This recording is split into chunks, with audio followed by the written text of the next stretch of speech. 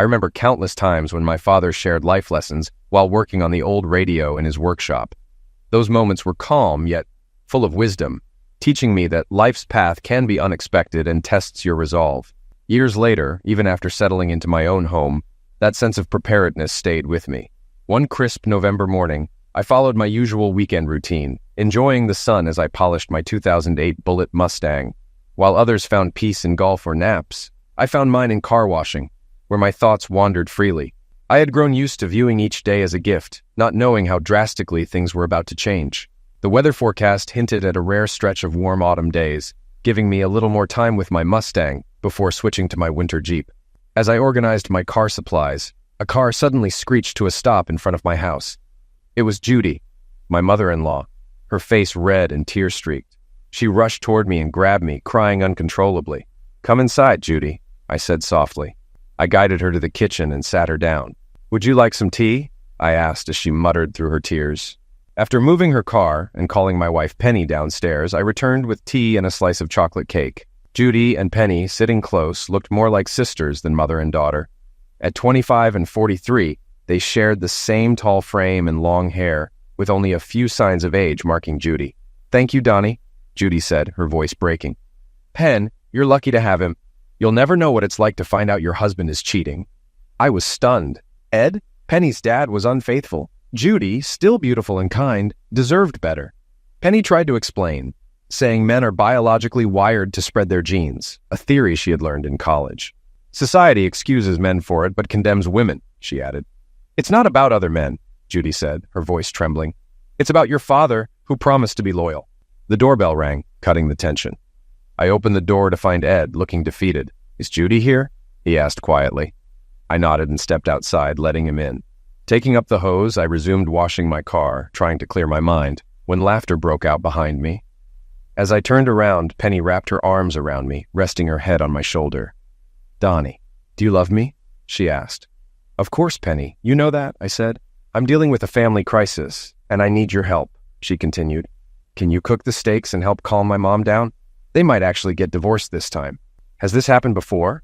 I asked. "Yeah, several times," Penny said. "They love each other but can't stop this cycle. Dad seems serious about changing now. He even suggested getting help, which he's always resisted. But it seems my mom is reaching her limit." "Maybe she should have reached it sooner," I said. "What do you mean?" Penny looked surprised. "They're adults, Penny. They have to face the consequences of their choices. Maybe if your mom hadn't tolerated this for so long, your dad would have realized sooner that he'd pay a price for his actions." Penny's eyes welled up with tears. I hugged her. "I'll help," I said. "Donnie, this is easy for you," she said, crying. "Your parents were perfect. You've never faced this. I don't want my parents to split. I want our future kids to have loving grandparents, and for us to be one big family." "Okay, honey. I'll grill the steaks. You talk to your mom, and I'll talk to your dad. When dinner's ready, we can all sit on the terrace and get them to talk." Though I didn't fully agree, I loved Penny too much to refuse. I understood her wish to keep her family together. Most of us do. We hold our parents to a standard, even looking past their flaws just to keep peace. I spent the day with my father-in-law, discussing my Mustang and pretending to listen as he bragged about an 80s Bullitt Mustang, which I knew didn't exist. He shifted topics to sports and grilling, acting like the authority on being a man. I played along, even though I'd rather be washing my car. "So, what's going on with you and Judy?" I finally asked. He looked stunned, almost breaking down. "I never meant to hurt her," he said. "She wasn't supposed to find out." I couldn't believe him. If he didn't want to hurt her, why betray her? I stayed calm, though I was furious inside, imagining him hurting Penny in the same way. I thought Judy deserved better, someone like my dad or Uncle Steve, who would have cherished her. But I smiled at him, holding back my true thoughts. About an hour later, Judy and Penny joined us on the terrace. We ate, and the dinner was enjoyable. Ed had mastered the look of a sad puppy. He was spewing more nonsense than a herd of cows. "Part of my problem is that in recent years I've drifted away from the church," he said. "I need a dose of a good book to get me back on track." I glanced at him from the other end of the table, half expecting him to be struck by lightning. When that didn't happen, I shouted, "Sorry!" and bolted inside, heading down to the basement. I shut every door behind me and buried my face in a pillow on the couch. I laughed until I cried. He was trying to say anything he thought would redeem him. When I stopped laughing, my eyes were still wet and my face was flushed. I came back and sat down at the table. Penny gave me a strange look. Ed's expression was as innocent as fresh snow, as if waiting to be deemed a saint. Judy looked at me, making me uneasy. Her expression said it all.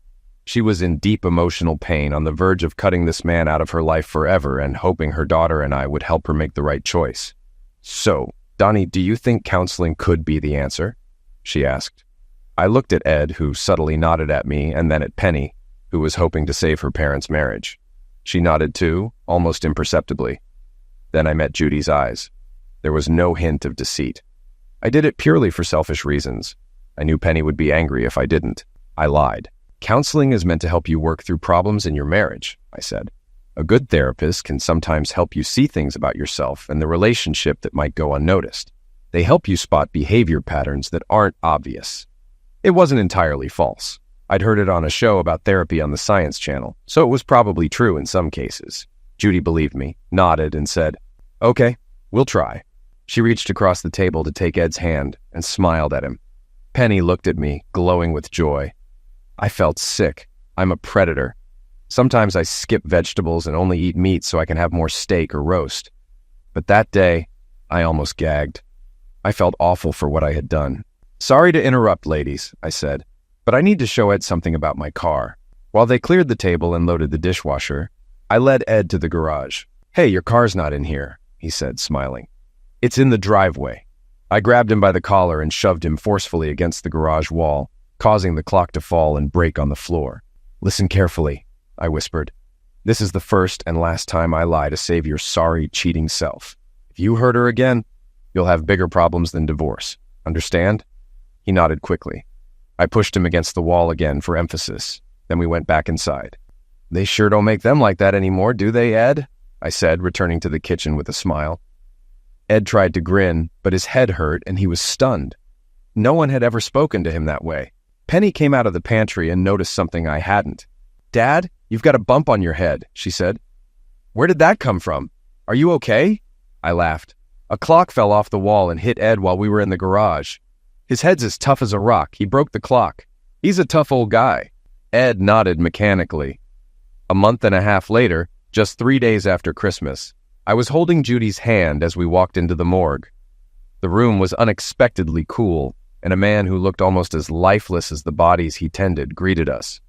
"I'm sorry for your loss," he said, with a smile that failed to be either friendly or comforting. It just looked creepy. He led us to a raised table and removed the sheet with a flourish that could make illusionists jealous. I half expected him to shout, "Voila!" The reactions varied as we looked at Ed's lifeless body. Penny collapsed to the floor, sobbing. Judy nodded and turned away. I went into shock, my mind racing with absurd thoughts. The body didn't look as grimy, dark, or bloody as I had imagined. Then logic set in. The body was probably prepped for an autopsy.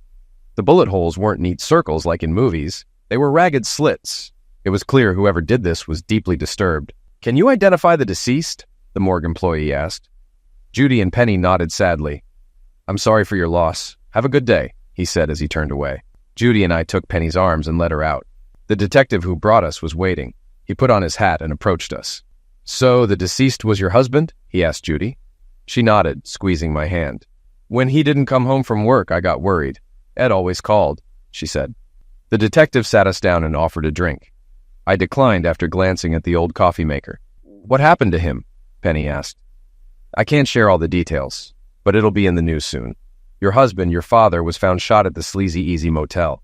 A woman there with him said her husband burst in, found them together, and shot your father 8 times before using the last bullet on himself." As we left the detective's office, Judy's composed exterior crumbled, and she cried on my shoulder. I took them home and did my best to comfort them. Friends and neighbors came by to express their condolences. Tanya, my neighbor, brought over a tray of treats. She hugged me and asked how I was doing.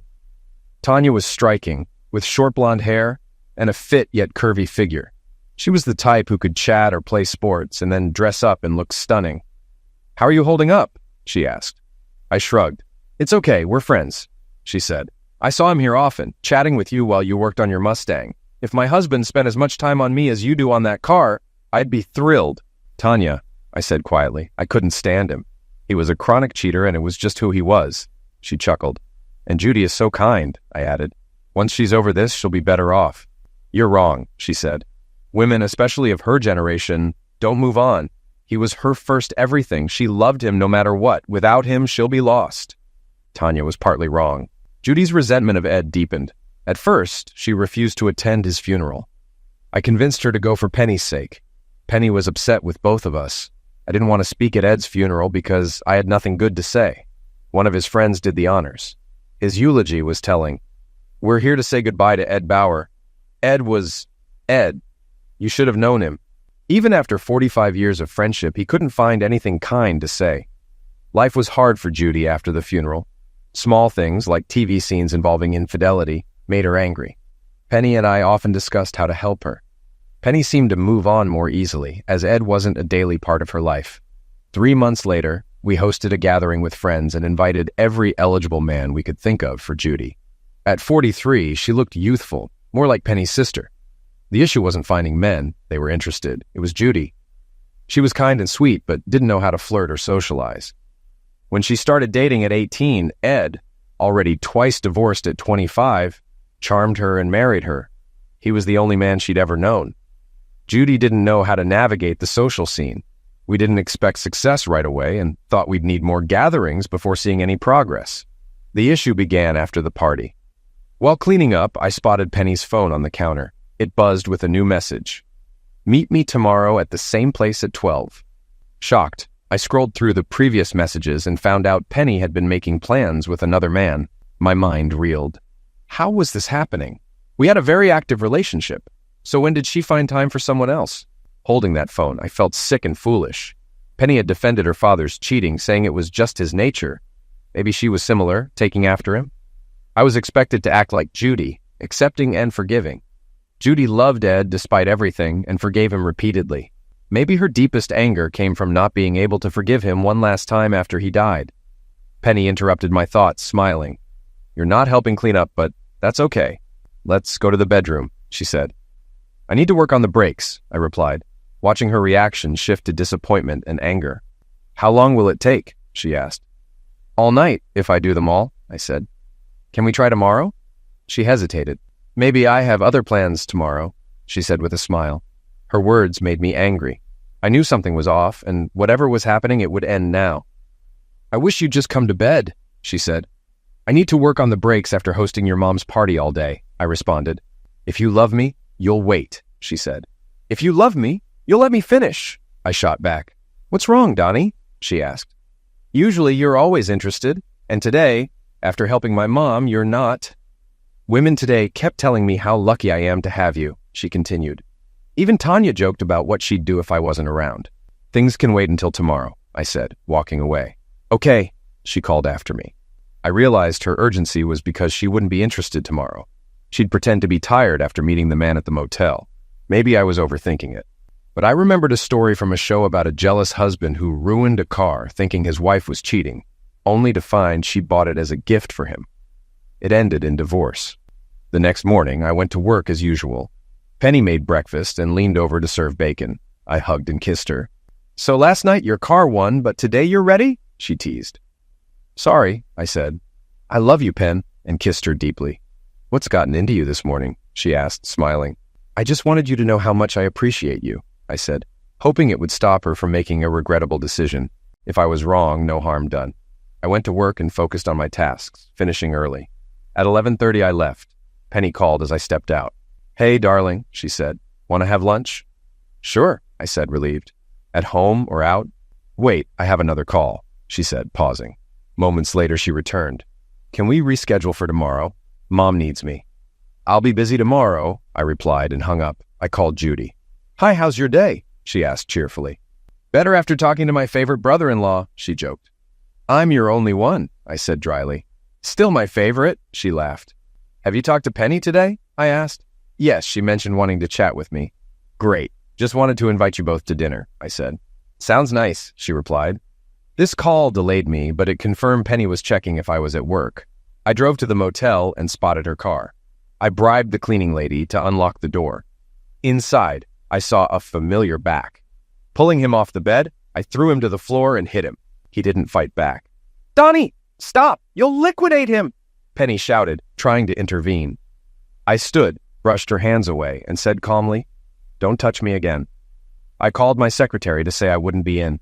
Then I called 911 to report the incident. Penny sat speechless, trying to talk, but I told her to stay quiet. "Donnie, when we get home," she started. "We don't have a home," I said. "Stay with your mom, Penny. I won't live with a cheater." The police arrived. "I'm the one who called," I said. "You look fine," an officer noted. "I'm not," I replied, gesturing at Rick, still unconscious. I was handcuffed and taken away as an ambulance arrived. I stayed silent in the police car despite the officer's questions. At the station, I was processed and held as a suspect. They had no proof yet, only suspicions. I was put in a cell with others, mostly disheveled or drunk. Sitting on a bench at the back, I used the time to think about my next move. It was the right time to plan my next steps. Knowing your spouse might be unfaithful is one thing. Facing it is entirely different. Emotional ties complicate things, and relationships change over time. Sometimes people grow apart and make drastic choices, leading to a divorce that can be a fresh start for both. Other times, couples stay together just to make each other miserable. But my situation wasn't like that.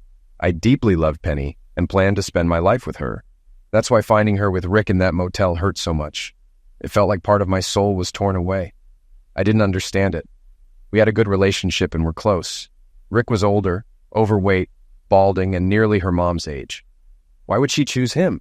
She had pursued me when we first met at a bar, where she kept appearing near me all night and even made the first move with a silly joke. I was captivated by her from the start. Now, seeing her with Rick left me wondering how our neighbor Tanya would react. As I was thinking, a policeman called Don Osmond. I approached the bars as he opened the door, with 2 officers behind him, hands on their holsters. "Are you going to shoot me?" I asked. "No," he replied. "You're out on bail." "By who?" I asked. "Does it matter?" he said impatiently. "What's the charge? And who posted bail?" I asked. "Too many questions," he said. "Do you want to get out or not?" "Officer," I said, "I know you deal with a lot of people and can get jaded, but this is new for me. It's my first time here." The other officers glanced at him. "Okay, ask," he said. "It's 2 p.m., and I've been here for almost 2 hours. I caught my wife with my neighbor today, lost my temper, and just don't want to see them again. If Penny is bailing me out with my money, I'd rather stay." "Sorry, man." "It's her," he said. "She was crying, but I wouldn't trust it." Some older guy and his lawyer spoke to the prosecutor. "It looks like they won't press charges, but you'll need to stay a couple of days until you're allowed to post bail. You have no record, and no one died." They left, giving me sympathetic looks. Other inmates stared, probably wondering why I didn't leave. I knew Penny was trying to bail me out of guilt. I told the truth. I wanted nothing to do with her. It hit me that I had convinced Judy to forgive Ed once, but now I couldn't do the same for Penny. Maybe this was how Judy felt each time Ed cheated. I couldn't fathom how she endured it repeatedly. She must have been stronger than me. It's strange how thinking about someone can make them appear. Just as I wondered if Penny would confess to Judy, the officers returned. "Osmond, another visitor," one said. "A beautiful woman, Judy, I think. She's in the interrogation room. Want to see her?" "Yes," I replied. They cuffed me, opened the cell, and led me to a room with glass panels and small holes for conversation. I sat down and faced Judy in silence. "Hi, Donnie," she said. "What happened? Penny didn't tell you?" I asked. "Only that you fought Rick, went to jail, and refused her bail," she replied. "But I know something more is wrong." "She cheated on me," I said. Her expression changed. "With him? Why?" she asked, shocked. Before we could continue, a tall man in a cheap suit interrupted. "Are you Don Osmond?" I nodded. "Join us in the conference room when you're done," he said. The officers uncuffed me, noting I wasn't a flight risk. Judy urged me not to act impulsively. "I'll call you tomorrow," I said. "If I'm released, I'll send Penny to you." In the conference room, I saw Penny, Rick, and 2 men. Penny stood up, but I shouted at Rick to stay back. "If anyone comes near me, I'm going back to my cell." "Mr. Osmond," said the district attorney Willis Drummond, "we have a proposal to settle this peacefully." The lawyer Daniels spoke up. "Don, this was an accident with serious implications. You don't need a criminal record affecting your life." "I'm not concerned," I replied. "My career won't be impacted." Daniels continued. "There's no reason for anyone to suffer more. Who's innocent here?" I asked. "I'm the only one hurt." Penny started crying. I realized the life I thought I had with her and my trust in Rick were illusions. "What about Tanya?" Rick said. "She's innocent." Tanya deserves the truth, I said. She shouldn't be deceived, Rick pleaded. Please don't tell her. Daniels laid out their offer. No charges if I stayed silent. I'll take the charges and demand a jury trial, I said. 12 jurors will understand why I acted as I did. I'll include Rick in my divorce and testify in Tanya's case. The 4 huddled and whispered before turning back to me. What do you want? They asked. I won't tell Tanya Sue or mention you in my divorce, but you must agree to testify if needed, drop the charges, and stay at least 15 meters from me without permission. Agreed, Daniel said with a relieved smile. Wait, I know I'm within 15 meters now, but it starts once I leave, right? I said to Rick. Do what you want with her. She's not mine anymore. After the divorce, she's yours. Can I go? Penny shouted. No, Donnie, don't. Willis, walk me to the counter so I can get my things. I need my wallet for a cab, I said. Penny's cries echoed as I left. When I got home, Tanya was outside. Where have you been? She asked. My husband was in the wrong place and got hurt. Poor guy. This is bad, Tanya, I said. Sorry, rough day. Talk later. Send your wife over, she said. I don't have a wife anymore, I replied, and walked inside. The phone rang. It was Penny's, the same phone that exposed her infidelity. I let it ring. It rang again, this time Judy's number. I answered. Judy, can you... Donnie, you need... I hung up. After 30 minutes, Judy called again. I picked up. Donnie, are you there? She asked. Hi, Judy. I had to give Penny some tea and sleeping pills. She's hysterical, blaming everyone. I'm not surprised, I said. She blames Rick and you, Judy said. Says he tricked her and you're being cold. How am I behaving? I asked. Not like me, she said. She expected you to be more forgiving. Will it ever get better? I asked. No, she said softly. You doubt yourself, wonder why they strayed, and compare yourself to others. Trust is lost, and every delay or absence feels like betrayal. It never really goes away. Judy, I lied to you, I admitted, when I urged you to go back to Ed. I thought you should have left him. You lied because Penny wanted that and you loved her, she said. I knew you're a bad liar. Your eyes told the truth. Ed was foolish. No one he cheated with was worth a fraction of you, I said. It runs in the family, she replied. I can't believe she was with Rick, I said. I'm not like you, Judy. I won't take Penny back just to be hurt again. You can't fight nature, I said, recalling what Penny once said about her father. Maybe, Judy sighed. You can train animals with effort and rewards, I said, but I won't do that with Penny. I won't reward her for staying loyal. Cheaters will cheat, I said. Maybe we're just good people who loved the wrong partners. You raised a great daughter. I have nothing, she said. Then let's not waste more time. If we move on, we prove we're strong. If we keep hoping for change, we're fools. You deserve better, Judy, and so do I. Who are you talking to, Mom? Penny asked. Is that Donnie? Did you tell him how sorry I am and that it wasn't my fault? Bye, Judy, I said. You seem busy. In the following days, Judy and I talked often, and neighbors, including Tanya, brought food and visited. I hired a lawyer and prepared a fair divorce agreement, splitting everything evenly. Though it wasn't ideal for me, I didn't want Penny left with nothing. I had no intention of reconciliation. If needed, I would involve Rick or take drastic steps to protect myself. My lawyer questioned Rick, uncovering details about his 6-month affair with Penny. I suspected it wasn't the first. I arranged to meet Judy and Penny to deliver the divorce papers personally. When I arrived, Judy let me in, and Penny rushed over. I've missed you so much, she said. Penny, I'm here to make this easier, I said. I didn't want a stranger handing you divorce papers. No, Donnie, she cried. I'll stop. It won't happen again. Give me another chance. I'll go to counseling. It won't help, I said. This affair lasted over 6 months, and Rick might not be the first. How could you lie to me and betray Tanya? It was just Zex, Penny said. We're more than that. We're less now, I said. Our vows are broken, and this ring means nothing. Please, she begged. No, Penny, I can't live this way. It's not fair, she said. What if I hurt myself? Then there's nothing more I could do, I said. I'd just step aside. You have to forgive me, she pleaded. You love me? Penny, be quiet, Judy interjected. Mom, stay out of it, Penny snapped. He won't forgive me, and I can't eat or sleep. I love him so much. Enough, Judy yelled. You're acting like the world revolves around you. I forgave your father over and over, and maybe that made you think forgiveness is automatic. But Donnie isn't me. You had a good marriage and ruined it. Now live with the consequences. Donnie's hurting too, and I can't believe you did this to someone who loved you so much. Then again, your father did the same to me. I'm glad he's gone, I wish I'd left him sooner. But, Mom, I'm sorry and hurting too, Penny said. I admitted my mistake. You caused this, Judy said. You have to take responsibility. I agree, but I don't think it's bad enough for divorce, Penny said. Isn't that for Donnie to decide? Judy replied. Marriage takes two willing partners. Stop saying that, Penny screamed. She looked at me. Haven't I been a good wife? I kept the house, cooked, gave you everything you wanted. Why can't you see the good I did instead of this one mistake? I'm lost without you, crying all the time. Please forgive me. I promise it won't happen again. I left the room without a word. At the door, I turned back. Penny, get a lawyer. I want this over soon. I need to move on, I said. When I got home, Tanya was outside. Hey, Donnie, wait, she called, running over. She wore worn jean shorts and a sweat-soaked t-shirt from an obscure band, clearly from gardening. I need to tell you something, she said. Tanya's curvy figure was suddenly noticeable to me, now that Penny was out of the picture. Why are you looking at me like that? She asked. Sorry, I said. Donnie, just know Rick and I are here if you need anything. I think it'd help him too. He hasn't recovered from being beaten and losing his money. Helping someone else could boost his confidence, she said.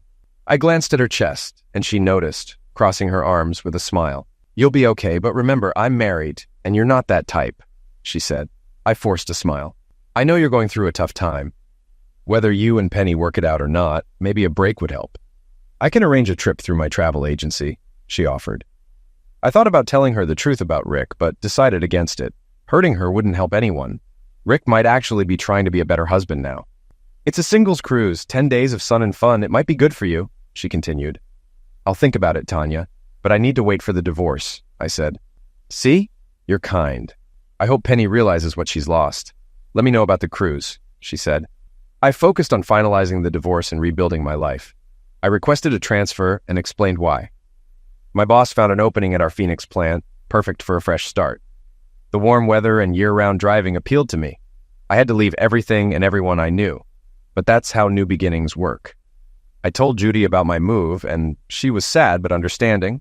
She, still mourning Ed's death, was also thinking of moving to live with her sister and mother in New York.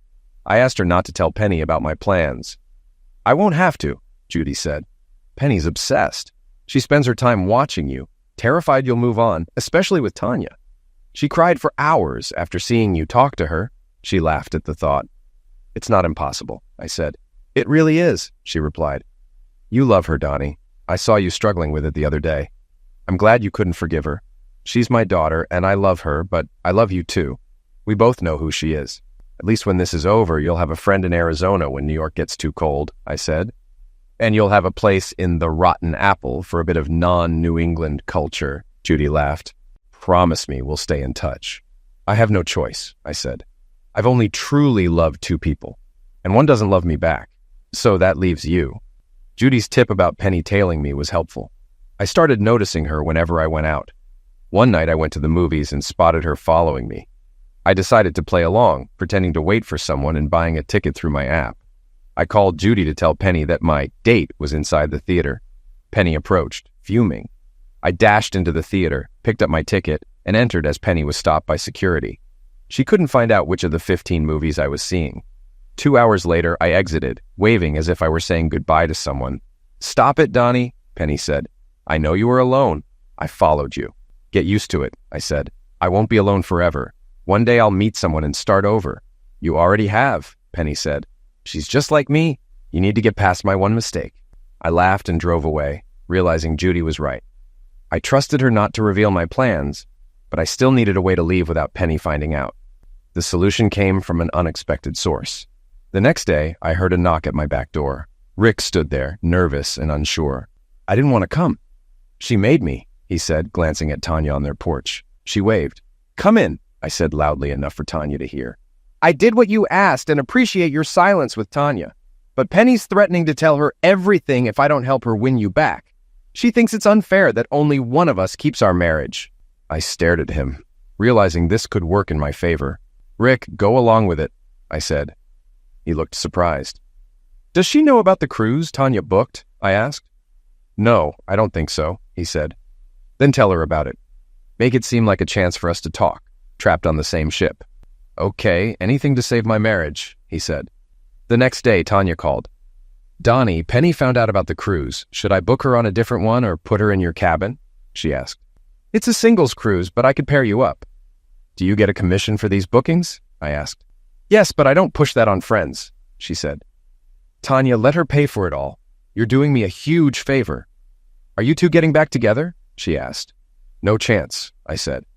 "But why?" she pressed. "What happened between you two?" "She cheated on me, Tanya," I said quietly. "I caught them. There's no mistake. I saw it myself. There's no chance for us anymore. I just need to move on." In the following days, I prepared for my move, looking for houses online, contacting moving companies, and coordinating with the Phoenix office. I kept in touch with Judy, speaking twice a day. The hardest day came when Judy left for New York. I visited her to say goodbye, and Penny was there, too, distracted by preparing for the cruise and not paying much attention to me. When Penny opened the door, she smiled. "I miss you so much, darling," she said. I ignored her and hugged Judy tightly, longer than usual. Penny commented, "Too bad you don't hug me like that. Maybe it's good Mom's moving to New York. You seem confused about who you love." Judy and I laughed. Then Penny drove Judy to the airport. I promised Judy I'd call her daily. "I wish you'd call me too," Penny said. "This divorce will take forever, and by then you'll forget why you wanted it. I noticed you withdrew a lot of money from our account, but I took some too. Isn't that funny?" I walked away without responding. Penny was acting as if we were going on a honeymoon, oblivious to the reality that we'd be on the same cruise but apart. She didn't even consider that I might meet other women. 3 days later, I was ready for the trip. Tanya had organized the cruise perfectly. Before the ship departed, I called Penny. "Penny, I'm leaving for 10 days. If you need anything about the divorce, contact my lawyer," I said. "Thanks for telling me," she replied, sounding happy. "I hope this trip makes you realize we need each other." "Not likely," I said, chuckling. She laughed too. "Is it so hard to admit you still love me, Donnie?" "I do love you," I said. "I just wish I was enough for you." "You are enough," she said sadly. "I made a mistake, but it wasn't about love. It was just intimacy. Something drew me to Rick, and I don't know why. Maybe therapy will explain it. But you're the only man I love." "Ever heard you can't argue with nature?" I said before hanging up. 6 hours later, the ship was at sea, nearly out of cell range, when my phone rang. I smiled at the screen, watching the ocean pass by outside the window. "Where are you?" Penny yelled. "I searched the whole ship and you're not here. Who said I'd be?" I laughed. "How can we fix things if we're not together?" she said, voice shaking. "You won't let me come home, you avoid me, and barely talk. I'm losing my mind. I love you, Donnie." "Okay, Penny," I said. "After the cruise, we can talk, but we won't share a bed." "I'll do whatever it takes to get back into your heart," she said just before the line cut out. I laughed as I crossed another state line. Then I called Judy. "Hi, Judy," I said. "Donnie," she said joyfully. "It's been so long since you called." "Almost 4 hours," I joked. "I think I made a mistake," she sighed. "Can you imagine living with 2 grumpy old ladies?" I laughed. Judy always made me smile. "Stop it, Judy. No one would ever not want to be around you." "Do you know what time does?" she asked. "They say it heals all wounds." "They're wrong," she said seriously. "I forgot my sister and I don't get along. Living with her and Mom is tough. They're so similar now and we just clash." I laughed again. "Do you check your mirrors to make sure no one's following you?" Judy asked. "It's tough to keep track of a truck from a ship," I said. She laughed. "I won't ask how you managed to get her on the ship without you. Remember those Calgon commercials? I had my own ancient Chinese secret. I loved those," she said. "I should go make some tapioca for Mom. Drive safe, dear." I arrived in Phoenix late the next day and parked my Mustang in the garage, relieved it would no longer face cold winters, not even thinking about the heat or sun damage. The next few days were spent organizing and getting the house set up. Once everything was done, the place looked great, but it didn't feel like home. It was just a space. The day before starting my new job, my phone rang. I answered without checking the screen. "Where are you?" Penny demanded. "Why is everything gone? You said I could come home." "If you're calling from home, then you're there. Isn't that what you wanted?" "You know this isn't what I wanted," she said angrily. "I don't want an empty house.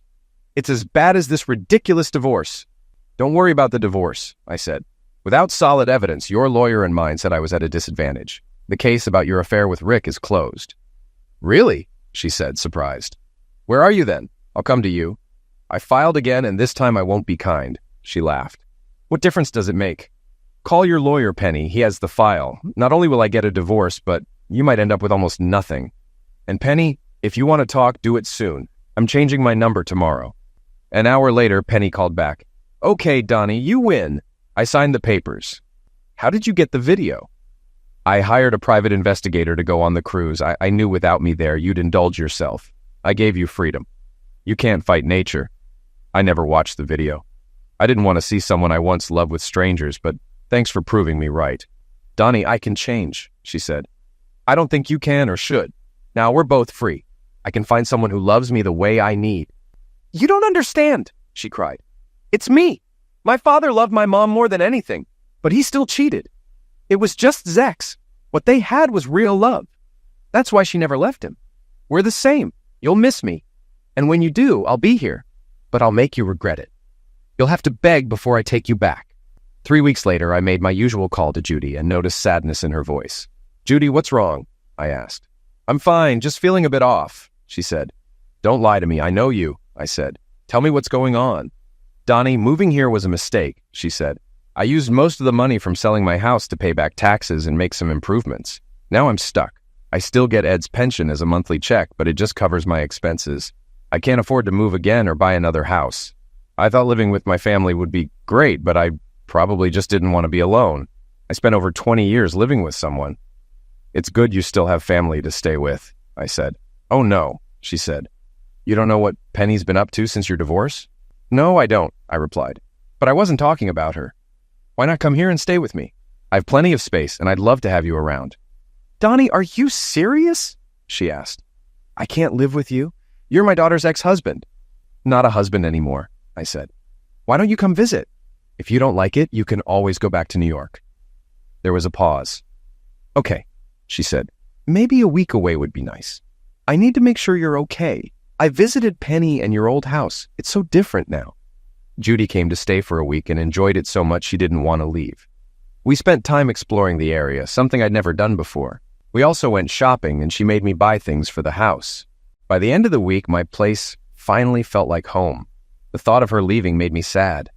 She didn't mention it, so I assumed I'd be taking her to the airport the next day. The next morning, she made breakfast. "Why so glum?" she asked. "Our week is over," I said. "Will you be back to visit soon?" "No," she said, smiling. "Actually, Donnie, I don't think you really want me to come back." "Judy, you're my best friend. Of course I do. Would you come back to visit?" I asked. "No," she said, smiling wider. "Because if I visit, that means I left, and I don't want that." I smiled and hugged her tightly. We shared another long hug, both feeling something we weren't ready to acknowledge. The next morning, I woke early, and she made breakfast again. "Can't send you to work hungry," she said.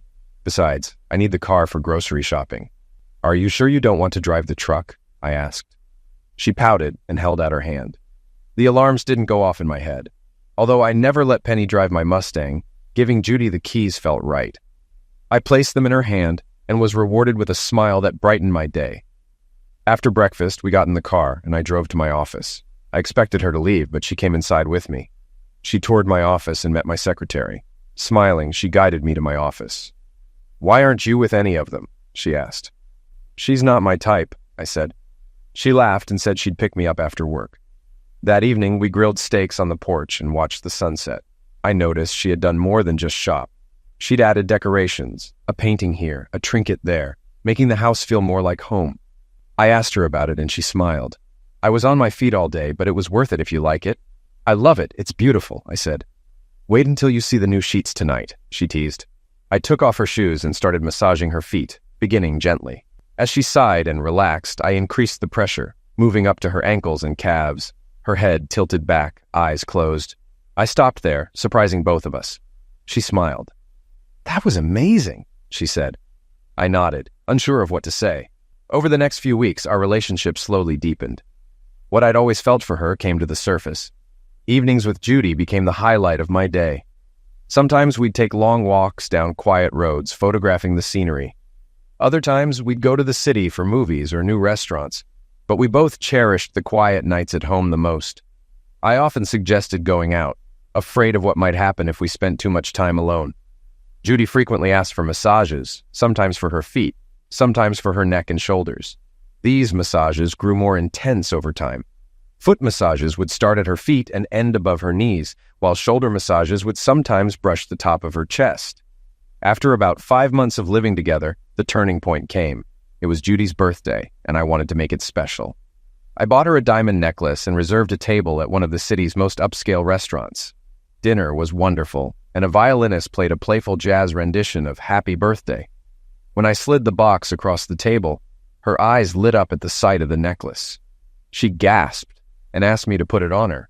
When the small diamonds on the pendant sparkled between her collarbones, something shifted between us. I noticed her smiling and pointing behind me. Turning around, I saw the waiter. "I was saying, sir, that your wife is the most beautiful woman here," he said. "You're right," I replied. "Donnie, you should have said thank you, silly," Judy laughed. "Or at least corrected him. He thought we were married." "I couldn't say thank you," I said, "because it would imply I had a hand in your beauty. And I couldn't correct him, because I don't mind if people think we are. Are you ready for dessert?" he asked. "Yes," she said. "Can we take it home and eat it there?" Hearing her call my house home made me feel warm. It was the first time she'd done that, and it meant a lot. When we got back, it felt like the perfect ending to an amazing evening. Maybe I was getting older, but at 30, I felt content.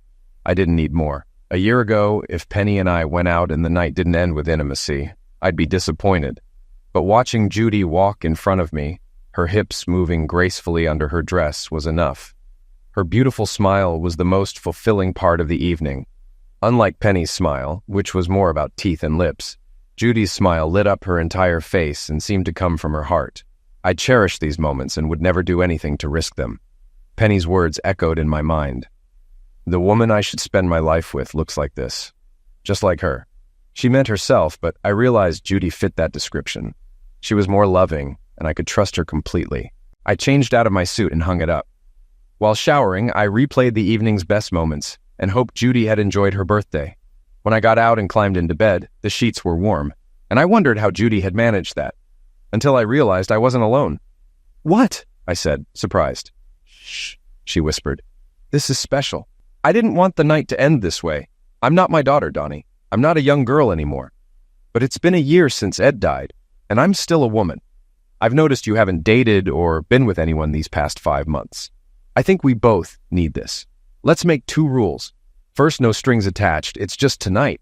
Second, in the morning, we forget this happened and never talk about it, okay?" "Sorry, but I can't do this," I said. "I know there's an age difference, Donnie, but I'm not that bad," she said. "And I get it. You haven't been with anyone for months. I know I'm not Penny." "Judy, stop talking nonsense," I said. "I'm glad you're not Penny. I survived that. What happened on that ship erased any feelings I had left for her." "Then why won't you?" she asked sadly. "I never said I didn't want you," I said. "It's your rules I can't handle. I didn't want to risk ruining what we have, Judy. But if we do this, it won't just be intimacy for me, and I could never pretend to forget it. As for commitment, we already have the waiter and everyone at work thinking we're married. I want that commitment with you, Judy. I want ties. I want real bonds." She leaned over and kissed me.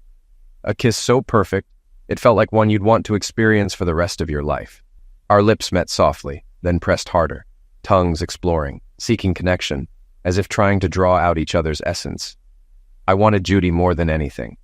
She was ahead of me, and I barely managed to slow things down. "I love you, Judy," I said. 5 months, she whispered. "I can't believe we waited this long." "We couldn't do it any sooner," I said. "We're not the type to just sleep around." "Maybe not," she laughed. But we both loved deeply and exclusively. The next evening, when I got home, dinner, and more, was waiting for me. I wanted to make sure last night wasn't just a one-time thing. She laughed and said, "Can you do that again?"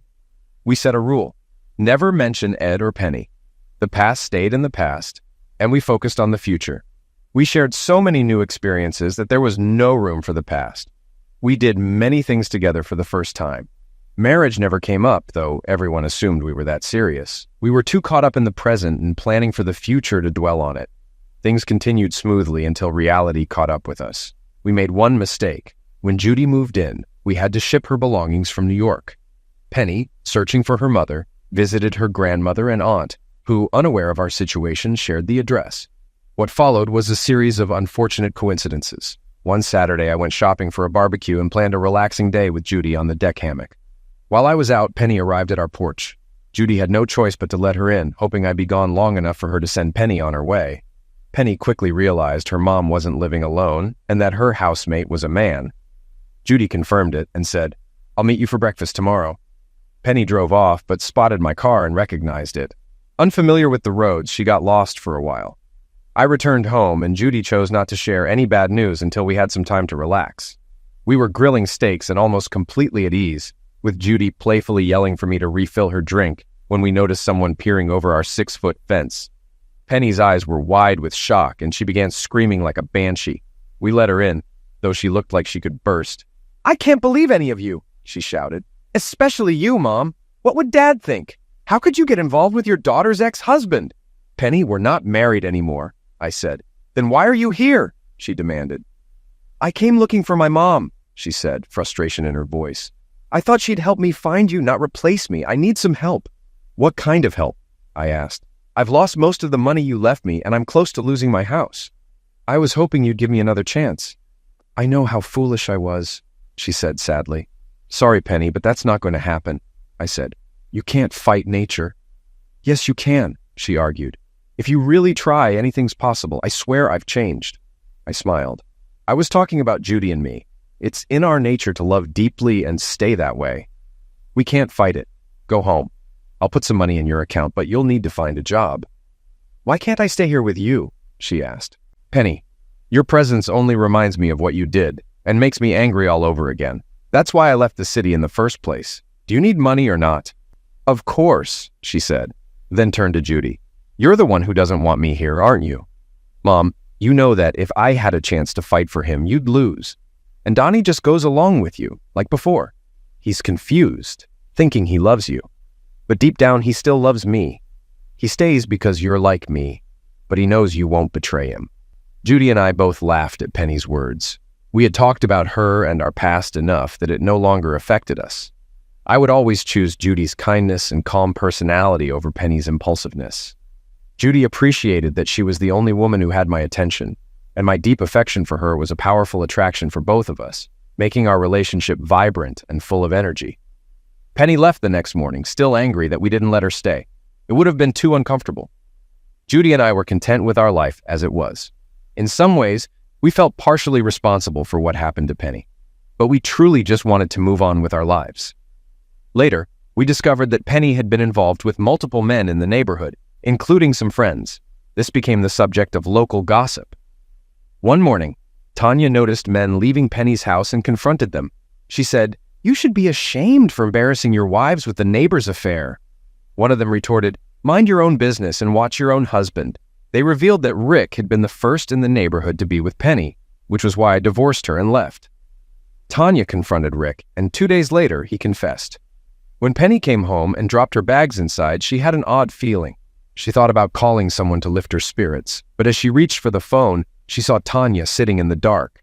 "I thought we were friends," Tanya said, tears in her eyes. "We are," Penny said, shocked. "You had everything, a good home, a great life, a husband who adored you. Why wasn't that enough?" Tanya asked. "I didn't think he'd find out," Penny admitted. "I love him, but I couldn't control myself. It's probably in me, like my father. You can't fight nature. Once that desire takes hold, it can't be stopped." "Let me try to stop it," Tanya said, pointing a tool at Penny. Tanya called 911 and waited for the police. It was ruled a crime of passion. Rick promised to wait for Tanya and visit her every week. Judy and I eventually got married. Stories were written about us. Although more common now, it was still news when a woman over 40 successfully carried a pregnancy to term. We had twins. Death is always tragic, and we didn't wish it on anyone. Both Ed and Penny were victims of their own impulses. It's sad but poetic that Penny didn't learn from her father's mistakes and met the same fate. It turns out you really can't argue with nature. Life moved forward, marked by moments of quiet joy and reflective peace. Judy and I settled into a rhythm that felt natural, as if we'd always been meant for this chapter together. Our twins, bright and full of life, brought energy back into the house, their laughter echoing in rooms that once held only heavy silence. The past, with its shadows and betrayals, seemed like a distant storm we had survived, now only a reminder of the lessons it left in its wake. Sometimes, as I watched Judy play with the twins, or when we sat on the porch sipping tea in comfortable silence, I marveled at how life, full of unexpected twists, had brought us here. There were days when the echoes of old regrets threatened to resurface, but the present was far too precious to let them linger. Penny's fate was a tragic chapter, a reminder that some patterns were harder to break than others. It served as a cautionary tale, a stark contrast to the steady, unwavering loyalty that Judy and I now shared. We had rebuilt our lives not just on the ashes of past hurts, but on the strength of understanding, forgiveness, and a commitment to nurturing each other's happiness. The neighborhood eventually moved past the scandal, its gossips finding new stories to chatter about. Tanya, who had become a symbol of both betrayal and fierce love, eventually rebuilt her own life, far from where the echoes of that night could follow her. Judy and I grew older, wiser, and more certain of what we had. The twins, now teenagers, would often tease us, calling ours a late-blooming love story. But in those teasing words lay the truth. Life doesn't always go as planned, but sometimes what comes after the storm is even more beautiful. I never looked back with bitterness. Instead, I learned to appreciate the resilience it took for us to find each other amid the ruins. Judy would often smile at me with that warm, knowing look that had first captured my heart, and I would feel the unspoken bond between us deepen, a testament that, with the right person, you don't just find love, you rebuild it stronger than before.